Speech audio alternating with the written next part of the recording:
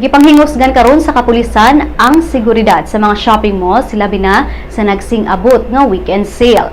Karong tapos semana mag-sale ang Gaisano Grand Mall sa Basak, Lapu-Lapu, Cordova, Fiesta Mall, Tabunok, Carcar, Mandaue, Talamban, Toledo, Minglanilla, Dumanhog ug Moalboal, Super Metro ug ang SMC Side City.